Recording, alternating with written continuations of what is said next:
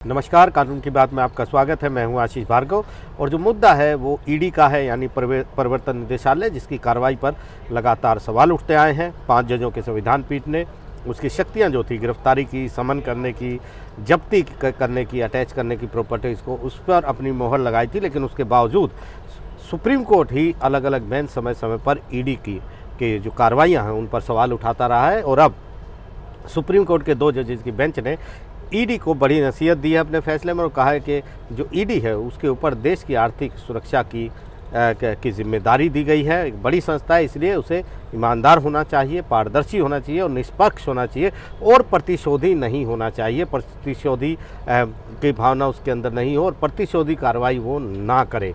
यहाँ पर M3M real estate company के 2 डायरेक्टरों को तुरंत रिहा करने के सुप्रीम कोर्ट ने आदेश दिए हैं। दोनों डायरेक्टरों ने पंजाब और हरियाणा हाई कोर्ट में अर्जी दाखिल करके अपनी गिरफ्तारी को अवैध बताया था और कहा था कि ईडी ने गिरफ्तारी के आधार लिखित रूप से नहीं दिए, सिर्फ मौखिक रूप से बताए हैं, इसलिए उनकी गिरफ्तारी अवैध है। लेकिन हाई कोर्ट ने उनकी बात नहीं मानी थी। लेकिन सुप्रीम कोर्ट वो दोनों आए, सुप्रीम कोर्ट ने हाई कोर्ट के फैसले को रद्द कर दिया, दोनों को तुरंत रिहा करने का आदेश दिया और कहा कि ईडी को गिरफ्तारी के जो कारण है आरोपी को वो लिखित रूप में रिकॉर्ड के रूप में कॉपी में देने होंगे, क्योंकि ये संवैधानिक अधिकार भी है, ये मौलिक अधिकार भी है।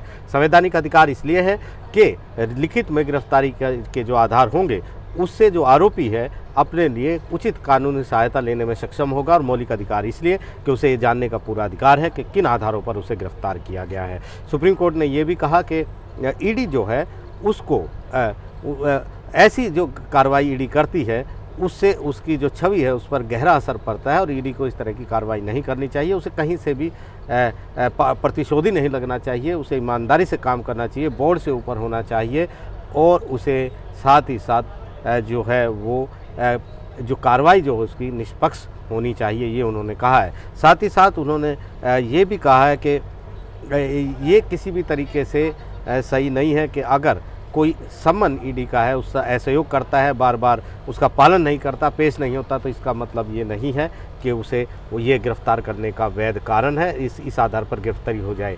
दूसरी बात सुप्रीम कोर्ट ने ये भी अहम कही है कि इस मामले में ईडी को ये नहीं सोचना चाहिए, उसके लिए खुला नहीं है कि कोई भी जो आरोपी है वो पूछताछ में अपना अपराध स्वीकार कर लेगा। तीसरी बात उन्होंने काफ़ी महत्वपूर्ण ये भी कही है कि ईडी जो है उसको बार बार किसी को जांच में सहयोग न करने पर ये नहीं कह सकती ईडी कि ये पर्याप्त आधार है कि उस आरोपी को गिरफ्तार कर लिया जाए। पहली नज़र में उसके पास एक ठोस कारण ढूंढना होगा ईडी को कि उसके पास गिरफ्तारी के अपराध पहली नज़र में आरोपी ने ही किया है और उसे गिरफ्तारी की जानी चाहिए। ये पहली नज़र में ठोस उसके पास कारण होने चाहिए, मानने के कारण होने चाहिए। तो बड़ा फैसला सुप्रीम कोर्ट का ये आया है। दोनों डायरेक्टरों को तुरंत रिहा करने के आदेश दिए हैं।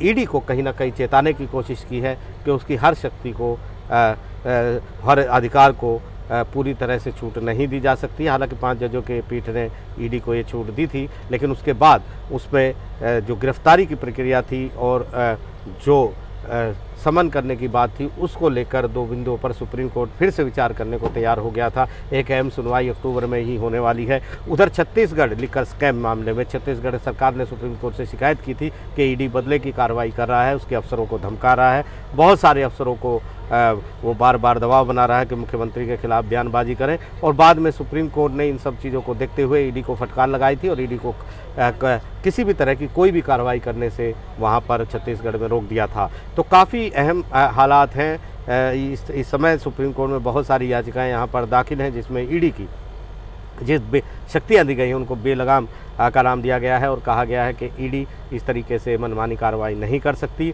जो ईडी के कई प्रावधान हैं वो पूरी तरह से न केवल मौलिक अधिकारों के उल्लंघन में है, बल्कि जो कानून है, जो CRPC है, उसका भी उल्लंघन करते हैं, संवैधानिक कानूनों का भी उल्लंघन करते हैं और उन्हें रद्द किया जाना चाहिए। तो लगातार सुप्रीम कोर्ट में जो कानूनी लड़ाई है ईडी के खिलाफ, वो यहाँ पर बहुत सारे याचिकाकर्ता यहाँ पर आए हैं और वो ये चल रही हैं। लेकिन जो ये ताज़ा फैसला आया है वो ईडी के लिए कई चीज़ें, कई नसीहत देने वाला भी है। नई दिल्ली से आशीष भार्गव, NDTV इंडिया।